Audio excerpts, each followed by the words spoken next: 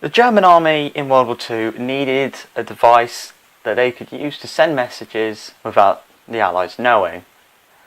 They tried many different designs failed, but there was one that succeeded and became one of the hardest ciphers to crack in history, and that was the Enigma Code.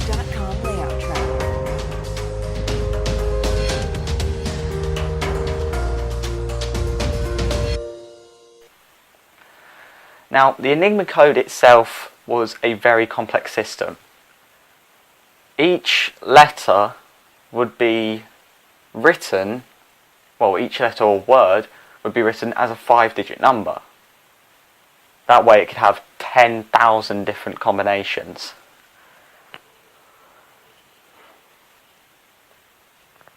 And what didn't help the fact was that the code changed every 24 hours so that the Allies could never pinpoint one set of code.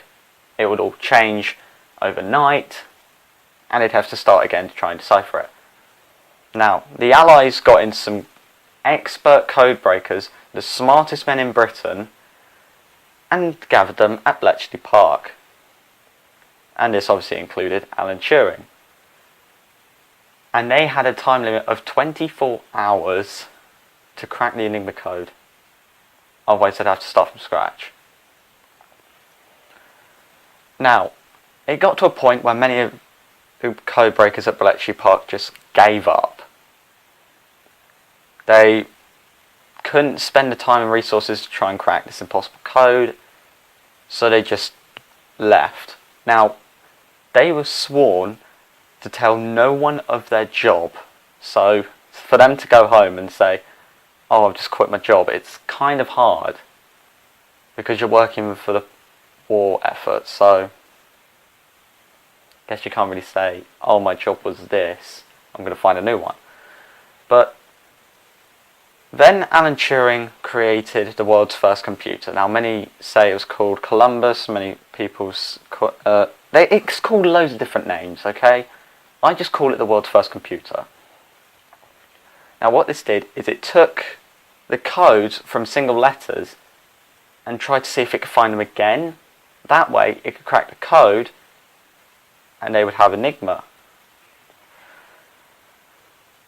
Now, the Enigma Code itself was broken overnight, so they were close to changing the codes when Alan Turing finally cracked the code. Now, with Enigma broken, the Allies had a much wider range of German communications, but they weren't allowed to do small-scale operations. Say you've got a ferry filled with passengers and soldiers coming from America to Britain, as an example, and a German U-boat is going to destroy it. They could not tell anyone about it, because otherwise the Germans would know that they have cracked Enigma and they would get work on a new cipher and all their work would be ruined. So if you were to ask me, was Enigma the best cipher in history? I'm going to say yes. And it opened up the dawn of computers. Yeah, they were computers that needed an entire room to fill, so they'd be functional, but you had the world's first computers.